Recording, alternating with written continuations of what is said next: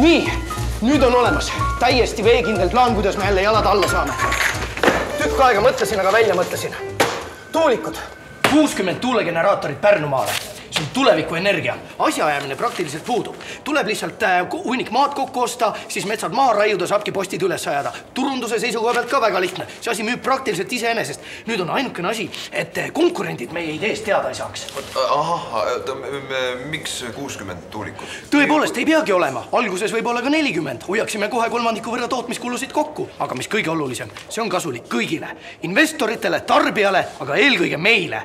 Oota, aga miks 40 tuulikut? Ei peagi olema, sellepärast ma siin olengi, et me saaks arutada. Alguses võib olla ka üks tuulik. See on isegi veel parem idee, me saaks hoida asja salajas. Ühe tuuliku võib ehitada ka ju odavamast materjalist. Vaadata, kuidas ta ilmastikule vastu peab. Saaksime pärast äkki jälle kokku hoida.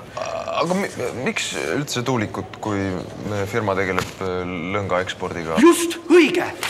Ma lähen mõtlen veel.